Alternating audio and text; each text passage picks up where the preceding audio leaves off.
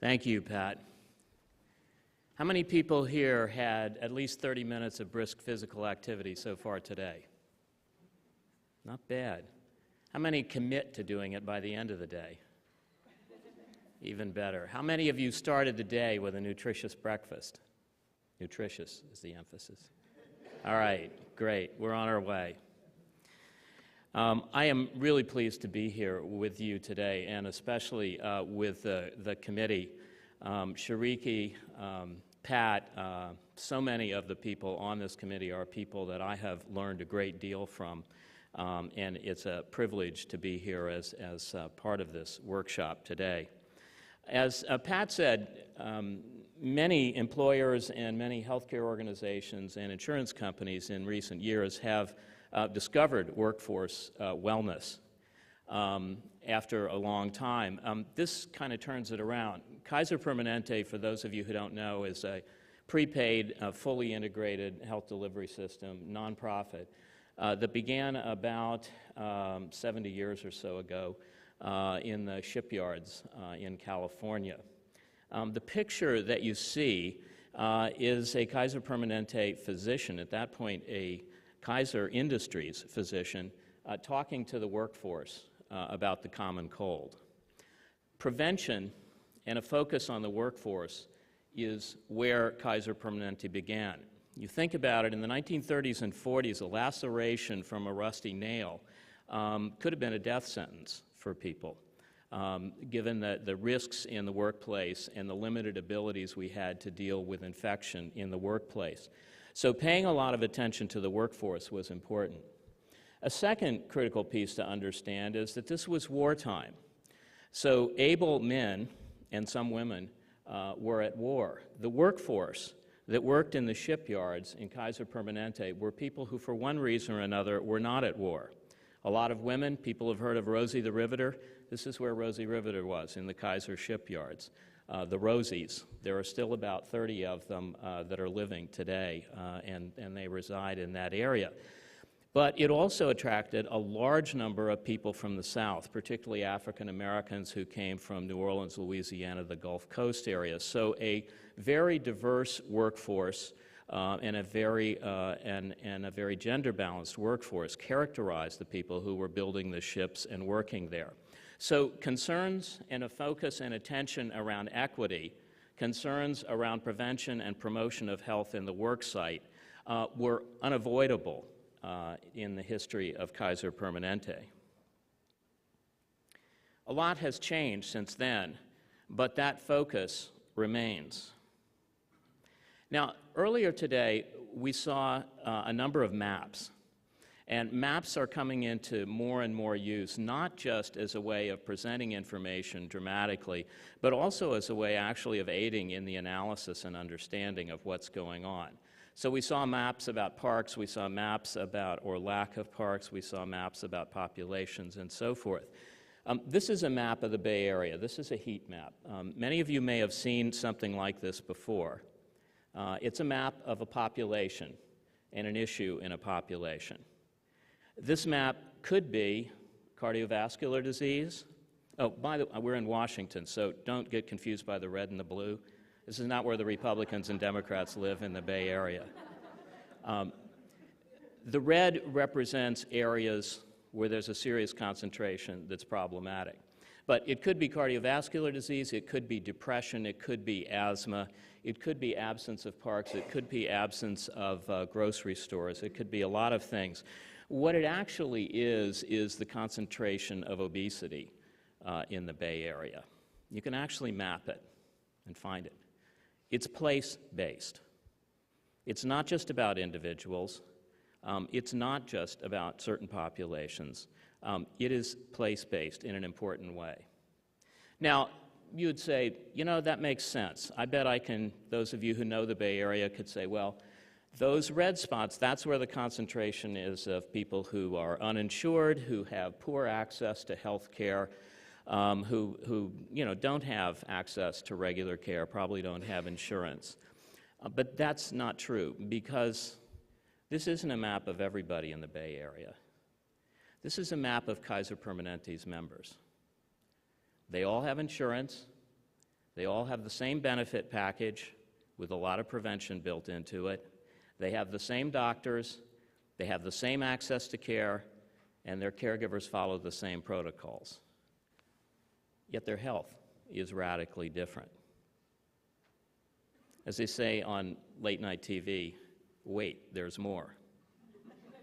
This is a subset of Kaiser Permanente's members. This is our workforce. So not only do they have uniform access to the same health care and the same systems and everything else, these are people who work in health care and know about health and health care. And yet, they look like the populations in the Bay Area. So we have a real challenge here. Our population is diverse. It doesn't look that different. It looks very much like the population of the Bay Area in this case, and we look like that generally. Look at the difference among different populations in obesity and overweight. Again, it's not equitably distributed. So there are other things going on here. The fact is that though healthcare is a mighty gear, it's a small gear when it comes to people's health. Family history, genetics, personal behaviors, and the social and environmental factors that shape people's choices and behaviors are really much more powerful forces. This has led us to move toward taking an integrated approach to 4 diseases and 4 critical risk factors, modifiable risk factors. The disease categories are cardiovascular disease, diabetes, chronic respiratory disease, and some cancers. But the 4 modifiable risk factors that are so powerful around those are unhealthy diet, inactivity, any use of tobacco, and the harmful use of alcohol. You know that.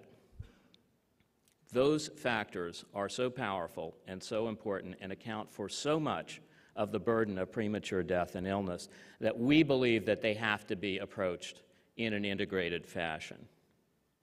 But we're up against very powerful forces. One of those set of those forces has to do with the defaults in our behaviors. That is, the behaviors that we default to because they're easy to do, they're acceptable, and we become used to them. So sedentary behavior, screen time, lack of activity, smoking, alcohol use, and so forth are our comforts in many ways for living in the 21st century. But the built environment also has had a big impact, as people have referenced already today. So a society in which our choice is the choice between an escalator and an elevator is not exactly one that's going to get us moving actively again. And the lack of sidewalks and the lack of safety for pedestrians in this country is still an extraordinary feature. One of the great public health success stories is how we've made driving safe and the automobile safe. We've done everything from seat belts to laws to taxes to re-engineering the car to re-engineering the roads. And we have made driving very safe, but we have not made walking safe. And if anything, walking has become less safe as we've made driving more safe.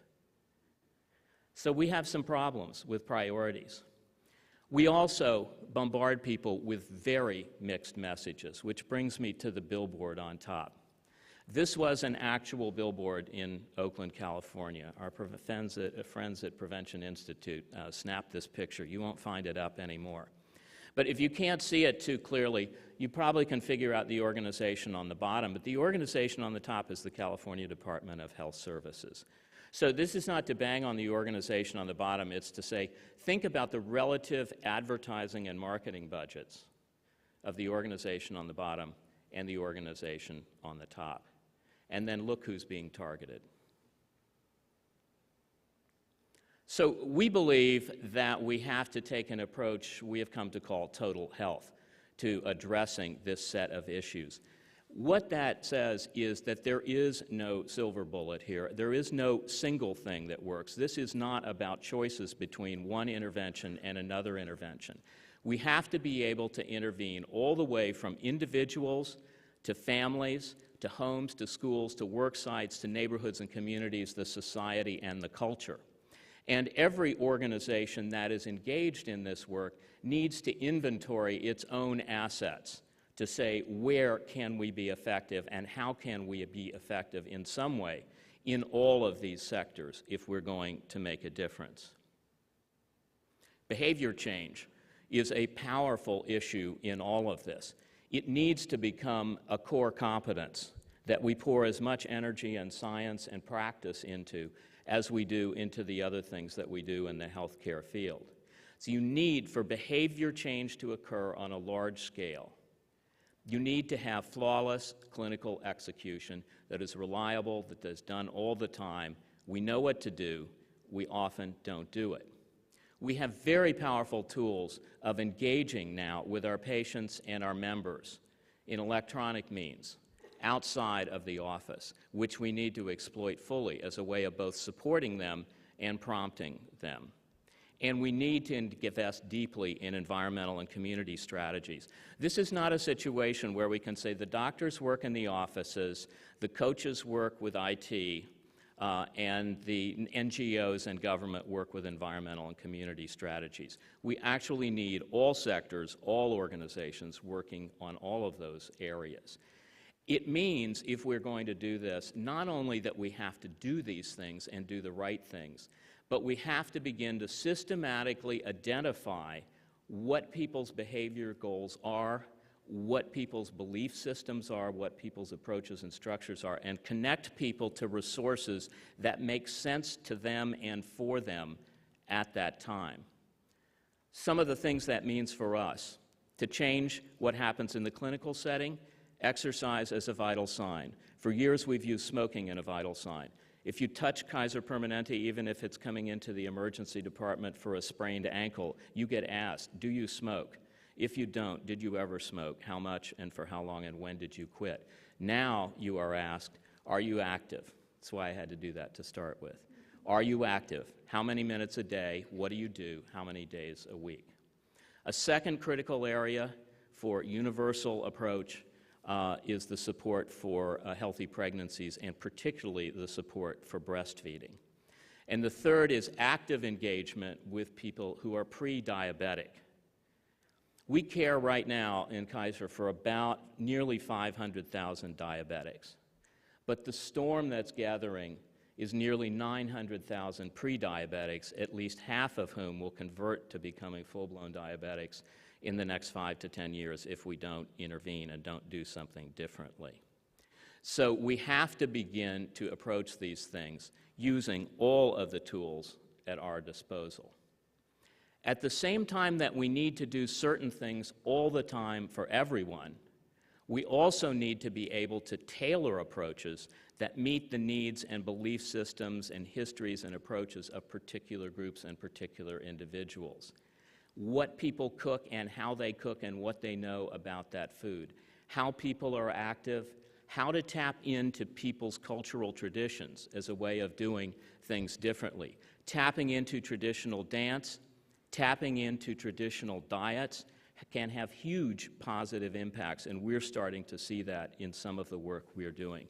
It also means that we have to reach out and accept and actively seek out partners who know more than we do about how to reach particular people and about how to meet their needs.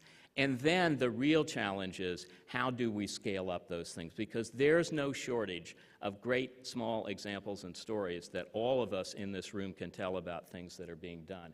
What is hard to find is solutions that are effective in preventing obesity or dealing with its consequences, that are culturally appropriate, that promote equity, and that deal with disparities, and that are at scale and can be practiced broadly. We've made major commitments to healthy food. Organizations in healthcare, again, tend to focus on the care they give. Healthcare organizations are huge purchasers of food and purveyors of food, not just the food that's on the patient's trays, the food that's in the vending machines, the food that is served in the cafeterias, and all of that. We've now adopted a sweeping set of guidelines having to do with all of the food that gets served in our facilities and is available to anybody in our facilities. And we've also now structured farmers markets into the infrastructure at 50 of our facilities. I'm nearly running out of time, so I'm not going to talk a great deal about our breastfeeding commitment, but this is an extraordinary piece that both workplaces and healthcare providers could do a lot more in. I do want to spend a moment on the national labor agreement that we reached last year with the coalition of unions that represents nearly 100,000 workers within Kaiser Permanente. What we have reached agreement on is a collective incentive program to achieve a 5% improvement in 4 key risks: BMI, smoking, blood pressure, and cholesterol by the end of 2016. This is very different from any of the incentive programs that you typically see. Most incentive programs in the workplace today involve paying you or punishing you as an individual for doing something or for not doing something by yourself. Ours is completely different. We believe we have to engage everyone in the organization in changing behavior and in changing the culture of the organization in a very fundamental way. And to do that, we have to support each other, and we have to do it collectively, not as a pay or punish on an individual basis, but on a collective basis. This is a grand experiment in doing things differently. We'll see what that yields over the next couple of years. What we do for ourselves, we also make available to the employers who are our customers. We're working with over 400 cities in California to put the same kinds of practices in place in their work. And we have an active set of community health initiatives in over 40 communities where we support local groups of people to organize, use the toolkits that already exist around creating healthy eating and active living in their communities, and tailor them to the needs of those communities. So it really resolves into a total health strategy that involves focus on individuals, on families, on schools and work sites, on communities and the culture, and deploys resources in healthcare, in schools, in work sites, and in neighborhoods. We also believe it has to scale up into national culture change at a very large scale. That's why we've been an active partner in the Weight of the Nation work. We are now working, we've built a collaborative of over 140 organizations across America dedicated to walking in a movement to get everybody in America walking again, or if not walking, rolling, but actively engaging physically, and a focus on the work in our schools. So we've taken the IOM's report to heart. The focus on schools and workplace is fundamental to what we do, but what we believe is we have to do the same set of consistent things across our work sites, in schools, for our own members, and for our own workplace. So our objective, ultimately, is to wipe out the red. We know it's going to be challenging, but we think we can find a way. Thank you very much.